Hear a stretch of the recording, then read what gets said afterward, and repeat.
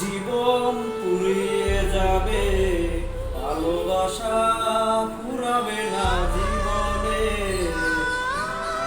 জীবন পুড়িয়ে যাবে, ভালোবাসা ফুরাবে না জীবনে। এই কথাটা বলছে গানের মাধ্যমে। তো এই কথাটা এক হিসেবে বাস্তব, আর আরেক হিসেবে অবাস্তব। অবাস্তব কি আর বাস্তব কি? বাস্তব হয়েছে কিছু মানুষ ভালোবাসা করে অনেক সুখী হয়, আবার কিছু মানুষ ভালোবাসা করে অনেক দুঃখে থাকে, অনেক কষ্টে থাকে। তো এর কারণ হয়েছে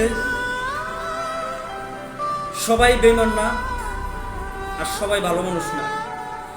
কিছু মানুষ আছে ভালো, আবার কিছু মানুষ আছে খারাপ।